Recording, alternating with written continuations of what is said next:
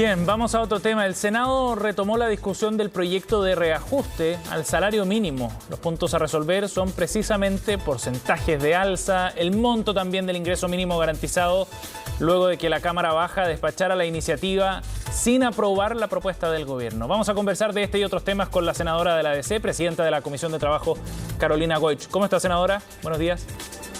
Muy buenos días, Sebastián. Un gusto saludarte. Gracias por conversar con nosotros. Senadora, bueno, está en trámite este proyecto, es bien relevante. Ustedes desde la oposición han planteado la necesidad de reenfocar quizás este debate, estableciendo ciertos pisos mínimos. Usted hablaba de un piso ético para el salario mínimo.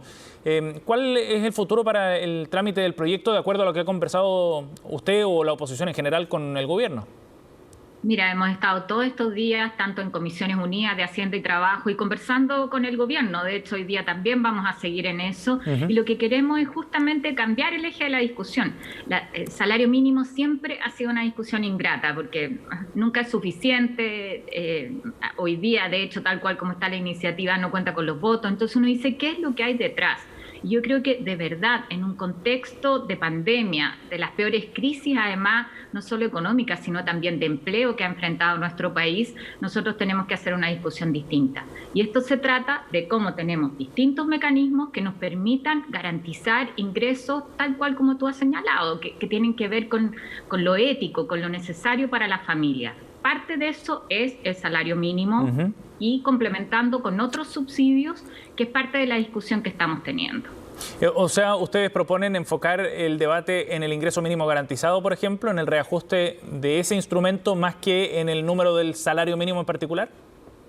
Mira, lo que proponemos primero es cambiar el eje, o sea, esto no es la preocupación por las variables económicas como ha sido tradicionalmente, sino la preocupación por lo que pasa con los hogares, con lo que pasa con las familias y cómo una persona que sale a trabajar, más encima lo hace en pandemia hoy día, corriendo el riesgo. Pensemos en cuántas mujeres jefas de hogar que lo hacen sin tener incluso garantizado el cuidado infantil, lo que recibe al menos permita por lo menos, ¿no es cierto?, superar línea de pobreza y cumplir con ciertos mínimos éticos. Yo creo que esa es la discusión que se instala hoy día, Sebastián, y para eso nosotros entendemos que hay una realidad compleja donde sobre todo para las pequeñas empresas, para las pymes no les podemos decir suba tanto porque estamos tratando de sostenerlas por otro lado hasta que podamos superar la pandemia, ¿no es cierto? Entonces, ¿cómo jugamos nosotros diferenciando ahí por tamaño de empresa? Distinta la realidad para las pequeñas empresas que para las grandes, cómo complementamos con el ingreso mínimo garantizado. Eso es un subsidio, ¿no es cierto? Aquí el Estado tiene que cumplir su rol, que se va retirando en la medida en que se generan mejores condiciones. Lo que le hemos planteado al gobierno muy en concreto es hacer una discusión respecto a las variables, hagámosla en un periodo más largo de plazo, ojalá podamos aquí generar un acuerdo por un par de años que se vaya revisando de acuerdo a cómo van cambiando estos indicadores. Pero si le ponemos número a esta discusión, senadora, ¿hacia dónde deberíamos apuntar entonces? Yo sé, es la pregunta inevitable, tú eres un buen periodista, ¿no es cierto? Tienes que preguntarme cuál es el número, pero mira, ayer estuvimos con David Bravo y con Lorena Flores, dos tremendos expertos, y ninguno fue capaz de darnos un número también. Y yo creo que en eso hay que ser muy cuidadosos. Si yo te digo hoy día aspiramos a tanto, ahí cerramos la conversación con el gobierno. Pero hay que llegar a algún número. Que garantizar. Por supuesto. O sea, lo que no es aceptable, yo quiero plantearlo así, ni siquiera desde el punto de vista del número, no es aceptable que una persona que trabaja esté bajo la línea de pobreza. O sea, eso hoy día para nosotros es una línea desde el punto de vista de mínimos éticos. O sea, eso es inaceptable. ¿Ya? Y ahí tenemos un primer número concreto, hemos estado trabajando en torno a esos criterios también en el caso del IFE. Ahora, aquí hay otras cosas que juegan. Tú sabes que uno es el salario mínimo y otro es el ingreso mínimo. Eso es importante para quienes nos están escuchando, porque el salario es lo que recibe, ¿no es cierto?, por su remuneración, pero se complementa en este caso con el subsidio del ingreso mínimo garantizado. Entonces, construyamos con ambos lo que esté más cercano a lo que hoy día entendemos como un salario, como ingresos éticos para la familia, pero además juguemos con los subsidios que hay hoy día para la contratación. Uno entiende que para mucha gente de repente dicen, oye, esto es como de todo o nada, porque si recibo un poquito más en mi salario, entonces me quitan el subsidio. Y probablemente hay cosas ahí que hay que graduar, es parte de lo que nos planteaban los expertos, pensando en que nosotros ojalá después del invierno tengamos un escenario distinto con la pandemia, Sebastián, pero tampoco lo tenemos garantizado. Entonces, creo que esto requiere primero mucho diálogo y conversación. Ese es el ánimo con el cual nos hemos sentado. Esta no es la discusión de trinchera de poner, ¿no es cierto?, los indicadores económicos. Hemos aprendido de eso. La pandemia nos ha enseñado que la clave es distinta. Aquí es cómo garantizamos condiciones a la familia, cómo garantizamos condiciones a un trabajador que insisto, sale de su casa, realiza una actividad que queremos cuidar, pero que también recibe lo justo. Sí. Senadora, en todo caso, entiendo que no quiera casarse con un número, ¿no?, para no cerrar el debate, como dice usted. Pero viendo las líneas que usted está planteando, hay diferencias bien grandes, porque la línea de la pobreza está en 460.000 pesos, ¿no? 467.000 pesos. Hoy día el salario mínimo con la propuesta del gobierno llevaría el salario mínimo bruto a 337.000 pesos. Hay una diferencia enorme, incluso considerando el ingreso mínimo garantizado, que permite un ingreso líquido al trabajador con el reajuste que proponía el gobierno, al menos en el inicio del debate, en torno a 313.000 pesos.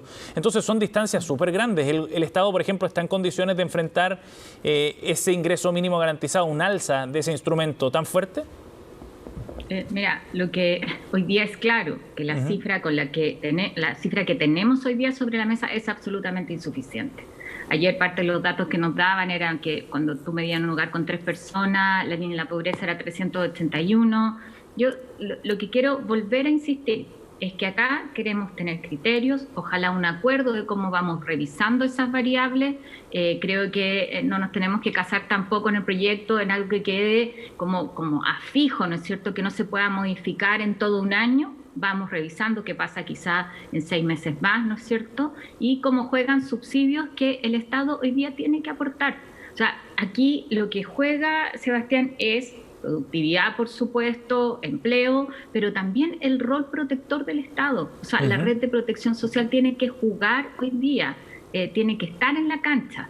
Le costó al gobierno entenderlo, pero mira lo que logramos hacer con el IFE, que hubiera sido impensado probablemente ni siquiera hace un año atrás, hace 6 meses atrás. Entonces yo creo que hoy día es posible, corresponde que lo hagamos también para cuidar empleo. Mira, hay una realidad que es bien dramática. Cuando tú pones la lupa, ¿qué pasa con los jóvenes y con las mujeres? David Bravo nos mostraba cómo el desempleo golpea el doble a los más jóvenes y a ellos les cuesta el doble también recuperar un empleo. Pasa lo mismo con las mujeres, donde sabemos que hemos retrocedido una década en lo que tanto nos había costado hacer en términos de empleabilidad femenina. Entonces uno dice acá, ¿cómo juegan? Mínimos éticos que tenemos que garantizar con las alternativas de reactivación en un contexto de incertidumbre, que es lo que tenemos hoy día con la pandemia. Sí. Senadora, por último, para cerrar este tema por lo menos, ¿cuáles son los plazos para cerrar este debate? Yo espero que de aquí a la próxima semana nosotros lo podamos zanjar. Tú viste, nos tomamos más tiempo. Creemos que además eso es lo importante, más que sacar sobre presión un proyecto tan complejo como esto. Queremos escuchar, lo hicimos además con dirigentes de las centrales sindicales, ¿no es cierto?, escuchando el mundo de las pymes. Creemos que en esto lo que tiene que hacer el Parlamento es ser un espacio de diálogo y de generar encuentro y acuerdo. Yo espero que eso lo logremos la próxima semana. Senadora, otro tema que queríamos abordar con usted tiene que ver con la reforma del sistema de pensiones, un asunto que también está pendiente. La idea es ir acelerando el tranco. Hagamos una actualización en qué punto están también las negociaciones con el gobierno sobre este tema. Sí, nosotros hicimos una propuesta como oposición ya hace 1 año y medio, ¿no es cierto?, y quizás un poquito más. Y lamentablemente, ahí permíteme decirlo una vez más, el gobierno perdió tiempo valiosísimo, porque ese 1 año y medio lo perdieron los adultos mayores, lo perdieron los pensionados, que podían haber visto aumentado sus magros ingresos, ¿no es cierto?, de pensiones. Ahora la discusión está estancada. Hoy día el proyecto está en la Comisión de Hacienda, que es lo que ha planteado el gobierno, y todos tenemos acuerdo, aumentar la cobertura del pilar solidario del 60 al 80%, pero con financiamiento claro, porque hoy día parte de ese incremento es con cargo al 60% más pobre de la población, y eso es inaceptable. Y lo que le hemos dicho al gobierno es aquí, hagámonos cargo del debate, y me parece que cuando tienes iniciativas que plantean un nuevo retiro y retiro del 100%, oye, avancemos de una vez a una pensión universal garantizada y que todas las personas tengan eso eso, claro, saben que eso es lo que van a recibir con un número de años de cotización y eso va a estar en torno al valor del salario mínimo y por sobre eso tú tienes tu esfuerzo de cotización individual, de ahorro individual. Pero eso es distinto a la extensión de la pensión básica solidaria de hoy día, ¿no? Lo que pasa es que uno puede hacer algo progresivo, donde vas pasando, aumentas el pilar solidario y vas avanzando, ¿no es cierto?, en universalidad, creando, eso no se puede hacer de un día para otro, el crear la pensión universal garantizada, pero sí lo vas haciendo progresivamente, engarzando el aumento de cobertura del pilar solidario, pero pongámonos de acuerdo en un diseño básico hoy día, que además no es la gran reforma, Sebastián, es una reforma de transición. Pero lo que uno ve en la experiencia de muchos países que tenemos es un sistema mixto donde con solidaridad, y para eso podemos usar el 6% de cotización adicional. Veamos cómo se construye. Tú tienes este piso para todos y por sobre eso tu esfuerzo individual. Porque ¿qué pasa hoy día? Mucha gente dice, con razón, yo no voy a cotizar porque igual voy a tener la pensión básica solidaria. Claro. Entonces nosotros necesitamos recuperar la importancia de ahorrar, de cotizar para la vejez, pero que también la gente vea los beneficios de eso. Va muy en la línea de lo que hemos planteado con la ley de la marraqueta. La hemos conversado varias veces, esto de que el Estado le abre a cada niño o niña que nazca en nuestro país una libreta de ahorros previsional donde le deposita 1 millón de pesos y eso no se puede tocar hasta los 60 o 65 años y te garantiza una pensión base de cerca de 200.000 pesos en platas de hoy día. Sí. Pero estamos generando pisos mínimo que están garantizados de seguridad social. Senadora, usted mencionaba esta discusión sobre el retiro del 100% de los fondos previsionales, ¿no? Se ha planteado en el Congreso, pero ayer también quedó plasmado en el programa de gobierno que presentó el candidato del Partido Comunista, Daniel Jaude, que propone derechamente terminar con las AFP en el rol que se conoce hoy día como pilar del sistema de pensiones, avanzar a un sistema de reparto corregido, dice, con una cotización mucho más alta, de 10% subiría a 18%, pero que contempla además la posibilidad de que cualquier persona pueda retirar el 100% de sus fondos. ¿Qué le parece a usted en términos gruesos esas propuestas? Sí, a mí me parece gracioso cómo salta de caballo ideológico, ¿no? Porque ¿Por qué? El retiro del 100% de los fondos y esto de que los fondos son de los trabajadores es desde la lógica que además hemos criticado muchas veces, ¿no es cierto?, de individualista, más capitalista, ¿no? Lo que critica, y por otro lado un modelo que parece más colectivo y solidario. Yo en eso, mira, conozco el programa de Jaude desde los titulares, ustedes tenían la nota antes, creo que va a ser parte del debate presidencial el que se clarifique no solo qué se está pensando, sino también cómo se financian esas alternativas. Toda la gente lo que sí tiene claro es que no existe magia, ¿no? Que no existe magia, sobre todo cuando hablamos de beneficios importantes y de garantizar las pensiones. A mí lo que me interesa, Sebastián, es que no sigamos perdiendo tiempo.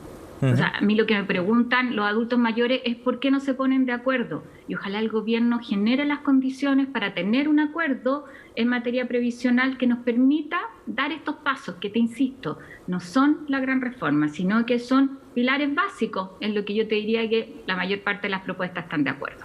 Senadora, usted decía que no se puede hacer magia en materia de pensiones. El sistema de reparto, partiendo desde cero además, porque eso es lo que se entiende, ¿no? Si todo el mundo va a retirar su plata, el sistema de reparto, ese fondo común colectivo partiría de cero. ¿Es viable un sistema de ese tipo, senadora? Bueno, por eso quienes hacen esas propuestas tendrán que explicar de dónde salen los recursos. Yo te puedo hablar desde el sentido común. La gente entiende que los recursos no se sacan del sombrero como si fuera un conejo, no se hace magia. Eso va a ser parte del debate. Y yo creo que en esto nosotros tenemos que hacernos cargo en forma responsable de cambios que son hoy día imprescindibles. O sea, no hay duda que necesitamos un sistema mixto que incorpore elementos de seguridad social, de eso estamos hablando. Y eso significa que no es solamente cuánto ahorro yo y me arreglo con lo que yo soy capaz de hacer, sino que solidaricemos respecto del riesgo, tengamos institucionalidad pública, aumentemos la tasa de cotización. Lo que yo digo, avancemos desde ya en eso y después habrá una discusión posterior respecto de seguridad social. Tenemos una convención constituyente, ¿no es cierto?, a puertas de conformarse formalmente y que tendrá que tener en esto un debate sin duda profundo. Pero también, déjame decirte, yo creo que tenemos que darle hoy día a los cotizantes tranquilidad respecto de la propiedad de sus fondos. Esas han sido las reglas del juego hasta hoy día Y yo escucho a mucha gente con temor respecto de qué va a pasar con sus fondos previsionales. Son de los trabajadores y están destinados a su pensión. Creo que en eso tenemos que dar certeza. Bien, senadora Goich, gracias por conversar con nosotros esta mañana. Muy amable.